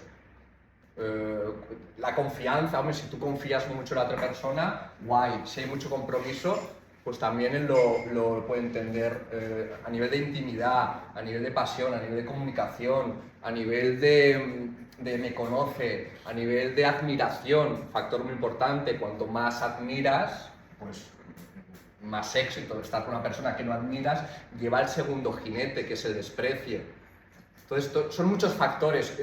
No es un modelo en la que el amor de pareja depende de una cosa. Entonces, y el éxito tampoco no depende de un solo factor, depende de toda una constelación de factores. Y luego, insisto, hay mucha variabilidad. O sea, también el modelo quizá aquí no lo estoy reflejando, pero desde el análisis funcional de la conducta se insiste mucho en la singularidad de cada persona, en reconocer que el ser humano, o sea, no hay ser vivo que dentro de la especie haya tanta variabilidad, porque hay tantos contextos, hay tantas situaciones, hay tantísimos factores, hay tanta complejidad, que todo esto son factores muy genéricos, pero son muy sólidos y son suficientes para explicar la gran mayoría de casos donde una relación sí que funciona o no funciona. No lo explica al 100%, pero explica ni más ni menos que un 92%. Luego, esto no significa que con las terapias que se hacen con estos modelos el 92% salven la relación, porque como habéis dicho antes, no tiene por qué ser el único camino recomendado, el salvar la relación. A veces lo que recomienda el propio terapeuta es que es mejor una separación. Tampoco no es que tenga que recomendarlo, pero puede ser algo que en algún momento se pueda decir, ¿vale? Por lo tanto, lo de éxito y fracaso, sé que son palabras muy que tienen también unas connotaciones culturales con las que hay que ir con cuidado, pero bueno, responderían a ese tipo de escalas. ¿Sí? ¿Alguna pregunta que tengáis? Bueno, muchas gracias por vuestra paciencia y vuestra apertura a un tema tan controvertido. Y si tenéis preguntas, yo encantado. Sí. Sí, yo tengo curiosidad porque estás tomando notas y digo, qué guay que tome notas, ¿eh? Porque yo soy el típico que también voy a sitios, tomo notas de todo y simpatizo mucho con ese tipo de... O sea, quiero volver un poco atrás con la cuestión de entre nuestros instintos y el contrato social, entre comillas, que, digamos, sería, bueno, nos hace lo que somos. Quería saber qué es en concreto lo que no podemos, qué es lo que no podemos relacionar con lo que nuestros instintos dicen y lo que el contrato social nos obliga a no hacer. Ok, vale. Para empezar, hay muchísimos casos. O sea, deberíamos ir definiendo, por un lado, el tipo de genéticas determinadas con entornos sociales determinados. Y entonces empezaremos a encontrar casos. Imagínate, ¿no? Imagínate, yo qué sé, evolutivamente, por ejemplo, habían dos estrategias sexuales que competían y donde había mucha variabilidad. Una era priorizar el apego, o sea, la construcción de una relación donde hubiera continuidad y hubiera tal, y la otra era, pues, cuantas más parejas sexuales, mejor. ¿Vale? Esto es dentro de la genética, son como inclinaciones que hay quien tiene más una y hay quien tiene más otra. ¿Vale? Entonces imaginemos una persona que por genética tiene más tendencia. La genética es una cosa como que luego interactúa con la cultura, por temas epigenéticos, etc. Pero para contestarte, pues imagínate que yo tengo mucha tendencia a la estrategia de con cuantas más parejas mejor. ¿Ok? Y luego estoy en un entorno donde está súper limitado, porque estoy en un entorno extremadamente socialmente estructurado, tanto a nivel de creencias como a nivel social, para la monogamia, por ejemplo. O sea, habría un conflicto, ¿qué tal? En cambio, si estoy en la era Tinder, pues estoy bien, no hay tanto conflicto, pero en el primer caso sí que lo hay. ¿Vale? O sea, depende. En cambio, si estoy en una, yo qué sé, si mi modelo es a nivel genético es el contrario, es la búsqueda del apego, y estoy en un entorno donde la gente no se compromete, todo es, ¿no? Bueno, como hoy en día en gran parte de la sociedad puede estar pasando, pues quizá me frustro más, por ejemplo. O el tema de los celos. A mí el tema de los celos me parece súper interesante. Los celos tienen una función adaptativa, y es que existe la infidelidad. Como os decía, el modelo predominante del Homo sapiens es la monogamia con infidelidades. Esto es lo que ha estado durante los 200.000 años que se juzga o se define el Homo sapiens. Y lo explica el hecho de que existe la infidelidad. Pues eso puede entrar en conflicto, por ejemplo, con si yo creo que el poliamor es lo mejor, o las relaciones abiertas es lo mejor, pero puedo tener un sistema a nivel de reactividad fisiológica más desarrollado por cuestiones, insisto, de mi genética, ante amenazas. O sea, los celos, ¿qué es? Los celos es una cosa muy natural que aparece cuando uno ve amenazado la relación en la que está, porque tiene un competidor sexual. Es una emoción que ha funcionado bien para justamente proteger, porque sabéis que el problema que tiene los Homo sapiens es que no sabemos cuándo ovula la mujer. No lo sabemos. Entonces, eso ha promocionado o ha promovido la monogamia en cuanto a las relaciones de no me separo de mi mujer, de mi pareja, y me pongo en plan guardián, en plan fuera, ¿no? Y luego el problema también es la incertidumbre parental, es decir, ¿cómo voy a ser yo? Que mi hijo, como hombre, es mío. ¿Vale? Todo eso ha promovido los celos y la monogamia también. ¿Vale? Entonces, las personas que ahora les interesa o apuestan por la no monogamia, tienen un gran reto con el tema de los celos. Y de hecho ahí se habla de conversión. La conversión es me alegro que mi pareja esté explorando, compartiendo amorosa e íntimamente con otra persona.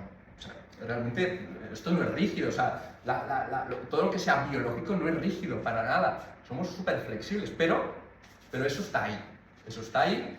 Y bueno, entonces para mí es otro ejemplo interesante. Si tú has nacido con una tendencia a nivel fisiológica para reaccionar ¿no? Y es una cuestión puramente genética, en la que también intervienen cosas de creencias, por supuesto. O sea, no hay ningún comportamiento que vaya a decir que sea 100% biológico,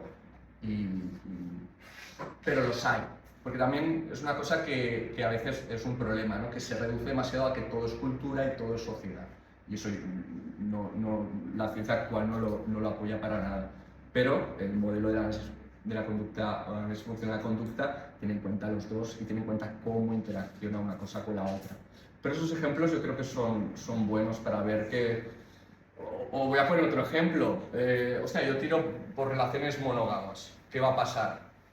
Que llegará un momento que quizá tengo ganas de estar con otras personas. Es una cosa, es inevitable que en una relación duradera haya lo que se llama en psicología habituación. Lo que al principio te despertaba un montón, luego no te despierta. Es normal sentir aburrimiento tarde o temprano, porque te habitúas. Por eso yo creo que es interesante pues, no vivir con la pareja, hacer descansos, fomentar mucho la creatividad, fomentar mucho el hacer cosas en nuevos contextos. Yo creo que hay maneras de ralentizar o aminorar la inevitable tendencia de que se reduce inevitablemente la pasión. Y hay una definición de amor que me gusta mucho, que utiliza Benjumea, que es una definición desde el punto de vista conductual, y que no es la del enamoramiento, que es egoísta, sino el amor, lo define algo así como el yo sentirme reforzado o feliz, voy a usar un lenguaje más fácil, me siento feliz porque tú estés feliz, porque tú estés viviendo situaciones en las que tú te sientes. O sea, es entrar en un amor incondicional y compañero, donde das libertad, y es muy bonita esa definición. Pero bueno, el ejemplo que estaba empezando a decir era ese. Tarde o temprano, pues en una relación monógama tal, te vas a aburrir, ya no te causa tanta excitación tu pareja y quizá te gustaría estar con otras personas. Pero si tus creencias tal, ¿no? Entonces ahí tienes una tendencia de yo creo en la relación monógama, pero en mi modelo teórico no sé qué hacer con el sentir deseo por otras personas. Y yo siento un conflicto inevitable. Y me parece muy honesto desde el punto de vista de la no monogamia plantear modelos que tengan en cuenta esa realidad. Pasa que pero igualmente tienen el conflicto de que van a tener que gestionar los celos, van a tener que gestionar la inversión que supone tener una pareja, en el caso de relaciones poliamorosas. O sea, cuesta tener una pareja, imagínate de tener varias. O sea, es mucho más complicado cómo gestionas el tiempo, cómo gestionas la comunicación, cómo gestionas los celos. Es mucho más retador, yo creo, el poliamor.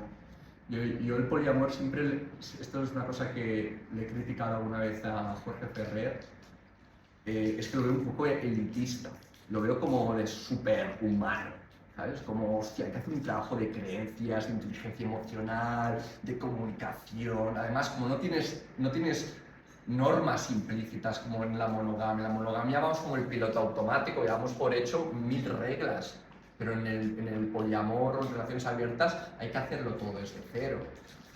¿Sabes? Es como que no tienes ningún campamento base desde donde partir. Se lo veo muchísimo más retador. Creo que yo no creo que sea para todo el mundo. Yo creo que funciona, que hay gente que está, y los datos dicen que hay un nivel de satisfacción, como te decía, de relaciones igual más o menos que las relaciones, vamos a llamar, normales. Pero incluso ahí también hay conflictos, como se está comentando, que es el reto de ser, hay quien por personalidad es más fácil, pero eso, para mí es otro buen ejemplo de tensión inevitable interna. Y seguro que si pienso más se me ocurren algunos más variopintas o coloridos. Pero es una súper pregunta esta, ¿eh? Además podríamos ir más allá de las relaciones, podríamos hablar de vivir en sociedad. Pues está guay, pues aquí social, la tecnología, pero ¿y la naturaleza qué? ¿Sabes qué pasa con todo el sistema que tenemos preparado para estar integrados en la naturaleza? Durante 200.000 años hemos estado en la naturaleza, no en estos espacios cuadriculados. Todo donde está lo irregular. Y ahí también hay tensiones entre una cosa y la otra. En fin, pues, me pasaría horas hablando solamente de esto. Sí, quería hacer una pregunta antes. No parlar. No, tú me dices. Ah, no. A la casa, al final és una casa unifamiliar. Sí. Sí, es la que se supone que és la te permite una entender... construcció, no? Potser jo soc molt bàsic, però abans parlaves, per exemple, d'una persona anarquista amb alguna Vox. Llavors la resposta que he pensat per compartir, encara que sigui una mala frase, llavors, on s'encabeix aquí tot el que és la construcció? Arriba, la creación de un significado compartido. Claro, si tú tienes una visión del mundo... Les parts objectives, perquè les creences un se les menja i el que avui és A, demà t'ho torno a preguntar. Hi ha coses que són més objectives, que són nivell d'estudis, nivell de renda, salari, en aquest cas, formació acadèmica... Tot això aquí on va, perquè alguna cosa, o sigui, tot això viatja o acompanya a una part que és objectiva i el que em sorprèn és de tot el que has compartit dels estudis de la parella Gottman és que la part objectiva, que és constatable i observable, com pot ser el codi postal o com pot ser l'edat, l'any de naixement, doncs aquí no surt, les diferències... Bueno, sí que sale porque tú cuando hablas con una persona que está en pareja, si esa persona, para ella, lo admirable es que tú tengas estudios superiores, ya estamos poniendo en el análisis algo objetivo. O sea, el concepto de admiración es muy subjetivo, pero depende de muchos factores y algunos son objetivos. Es que yo admiro pues que mi pareja mide 1,80, es que yo admiro que mi pareja es doctora, es que yo admiro... O sea, en el análisis saldrían muchos factores, pero son subjetivos, porque, por ejemplo, en sociedades colectivistas, el estatus social es mucho más importante que en sociedades individualistas como la nuestra. Entonces, donde es más importante cuán satisfecho estoy yo contigo en relación. Es más importante lo que pasa en nuestro mundo subjetivo que el mundo objetivo, porque en una sociedad colectivista es muy importante lo social. Entonces ahí aparece un tipo de relevancia, pero ya aparece implícitamente en todo les esto. diferències d'edat entre... O sigui, a mi és el que em sorprèn, perquè per raons personals és un tema que segueixo de fa molts anys, llavors, almenys jo tinc entès, que hi ha, potser són correlacions i no causalitats, en tot Claro, cas, sí, hay algunes coses que has compartit aquí són descripcions de coses que es donen a l'hora. No? Sí, simplemente. Sí. També hi ha correlacions, no? O sigui, és allò, en els models, en quins intervals d'edat, les diferències d'edat entre dos individus que construeixen una relació, doncs les probabilitats d'èxit d'aquell lloc, entenent èxit, que és un camp allà, d'allò perduri en el temps més enllà de 5 anys. Pues en función de las diferencias de edad... Con satisfacción, que insisto, no solamente es duración, hay gente que está a 50 años, unos desgraciados, o sea que hay más factores que la duración en el éxito. Però llavors, aquí on les diferències d'edat, on entra el substrat, la classe social, també és un tema, perquè al final la gent es troba i es coneix, i es reprodueix, la societat, perdó, té els seus espais, les seves estratègies de reproducció social. Llavors no es troben per atzar al carrer. I ostres, i com identifiques tu que comparteixes uns mateixos valors, no mateixes creences que et porten a construir significat conjunt? Això es dona perquè la gent es prens a l'església, al club de polo o al cau, no? L'alumnament. Llavors el tema és tot això Sí, para empezar, todo lo que podamos hablar sobre esto y sobre todo esto habría que analizar cada caso específico, porque por ejemplo, si se comparte religión, pues está guay porque las creencias son compartidas y además tienes una red social compartida, lo cual es un factor protector enorme. No es lo mismo tener una pareja y que tu pareja viva aislada a que viva rodeada de amigos y viva tal, o sea, cambia completamente. Y todo esto luego se puede cuantificar en cuanto por ejemplo yo qué sé, ¿no? Aquí podríamos hablar del conflicto. Es mucho más probable que si tú vives súper estresado porque vives solo y no tienes con quién compartir, pues eso lo lleves a la pareja, por ejemplo, ¿no? Entonces sí que se tiene en cuenta y sí que hay muchos estudios que hablan de todo eso, pero en el modelo de Gottman no necesitamos formalizarlo esto o explicitarlo. ¿Por qué? Porque lo que importa al final es tener un modelo que te sirve para todas las parejas. Por lo que te digo, porque dos personas se pueden conocer en la iglesia, compartir todo eso y no cumplen muchos de otros factores. Hay factores mucho más importantes, a eso quiero llegar, que el hecho de si uno es de Vox y el otro es de Podemos o de lo que sea. Hay factores más importantes. Y en todo caso, si fuera un problema, es la incapacidad de dejarse influir, es el no tener... Hay gente que le pasa eso, que son de partidos muy diferentes y saben aceptar las diferencias. Que es donde se pone hoy en día énfasis, que es lo que comentaba antes. Hoy donde se pone énfasis en las relaciones es en aceptar lo diferente de la otra persona. Estoy de acuerdo que si para ti es igual a Hitler ser de Vox, pues obviamente va a ser muy difícil que admires a tu pareja. Entonces ya volvemos a encontrarnos con que este modelo funciona, pero está constantemente esto remitiendo a datos objetivos. Cuando estás hablando con la persona, pues rápidamente eso sale. Però entiendo lo que dius. Però els resultats sobre les 4.000 parelles que has dit que havien fonamentat relacions i observacions. Vull dir que una cosa és això és la modalització de la context, o sigui, per abordar el cas individual. Però fruit de 4.000 observacions per 2.000, alguns patrons hi hauria, no? Vull dir... Si los hay, yo no los conozco. Potser és el llibre de mates que havia. Ahí está, ¿no? Ese dato.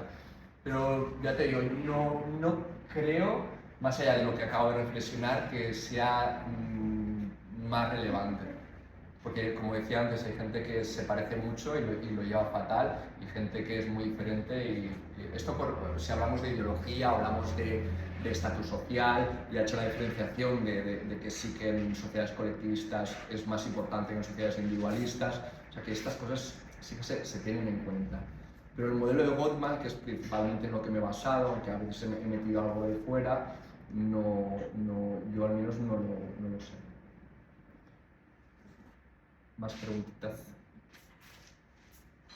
¿Qué hora es? ¿Cuánto llevamos? 11 ya. Sí. Sempre fem més, vull dir que sempre ens quedem, vull dir que si vols deixar... No, está bien. Quedem sempre aquí parlant i debatem entre nosaltres i podem fer més preguntes. Sí, no, preguntar, está bien. Bueno, sí, o sea, me encanta, ¿no? Además, aquí siempre escucho preguntas que son buenas preguntas, ¿sabes? Son preguntas puñeteras, y me gustan las preguntas puñeteras. Porque son de las... ¿Las has escuchado ahora? ¿No?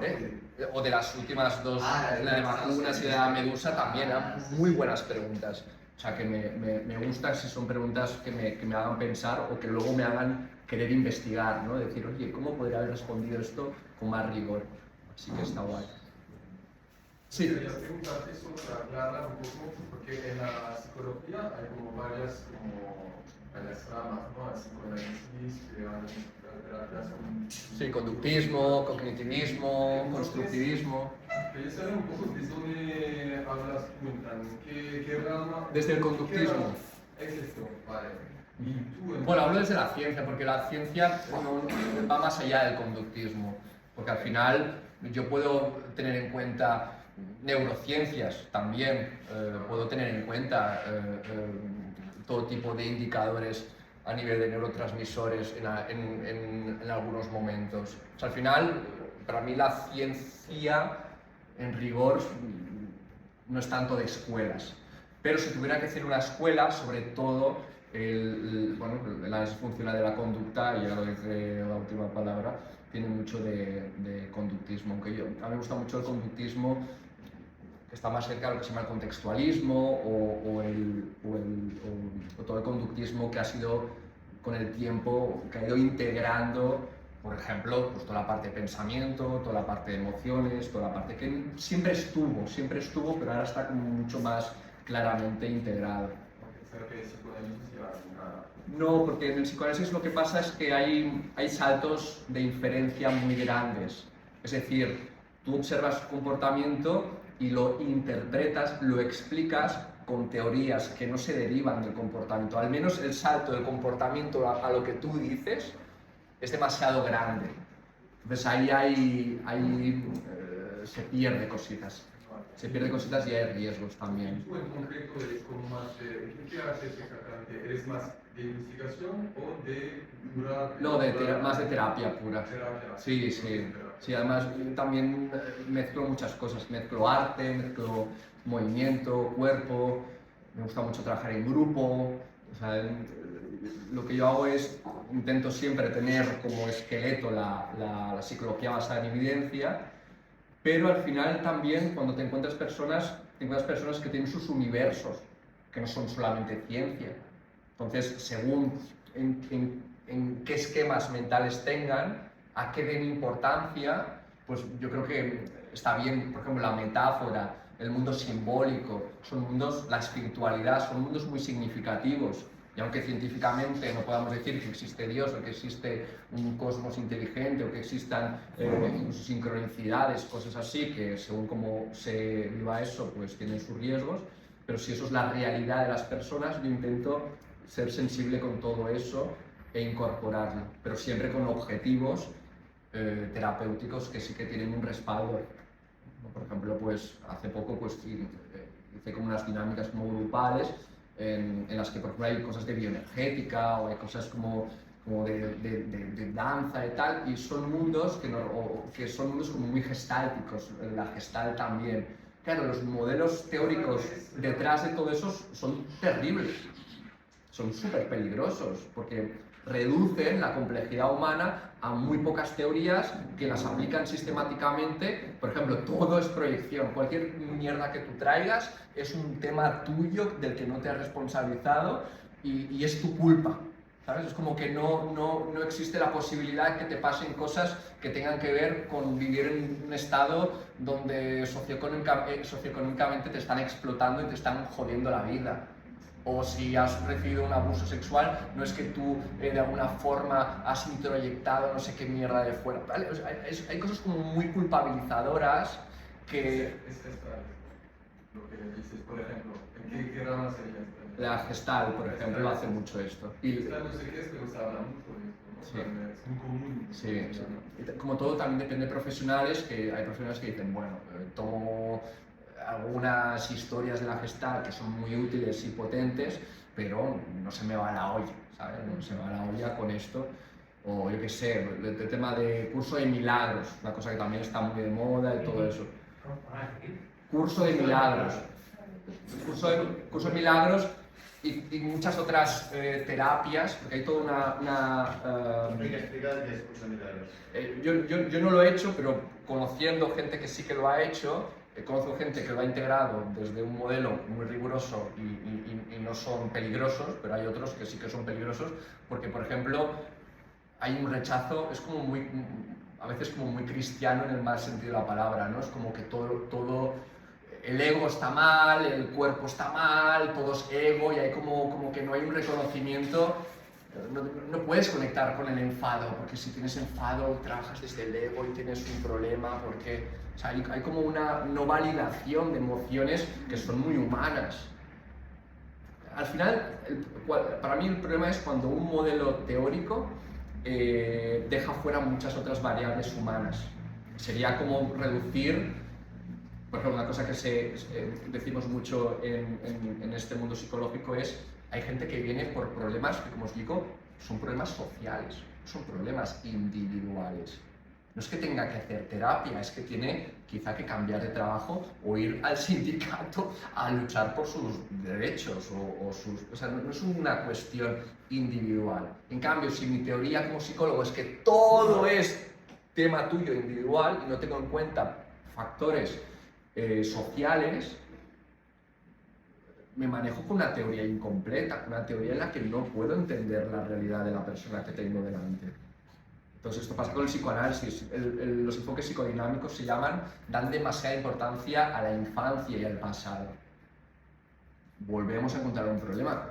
¿Hay que tenerlo en cuenta? Por supuesto, hay muchos otros factores importantes, incluso más importantes. De hecho en el enfoque conductista se tiene más en cuenta qué mantiene a día de hoy tus problemas que cuándo se originó el problema que tú tienes.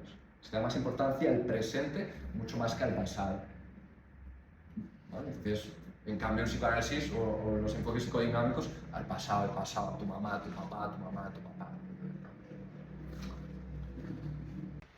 Mira, la disfunción de la conducta, o sea, si hay algo científico en todo lo que hemos hablado, sobre todo en psicología, es tratar cada persona o cada pareja como absolutamente un caso único a tratar por separado. Eso tiene que quedar muy claro de que eso es lo que hace científica la psicología, tratar el caso único, donde por supuesto se tiene en cuenta todo lo otro. Que esto es el enfoque ideográfico en combinación con el nomotético, se llama. Nomotético es lo que hemos hecho hoy, hablar de teorías generales.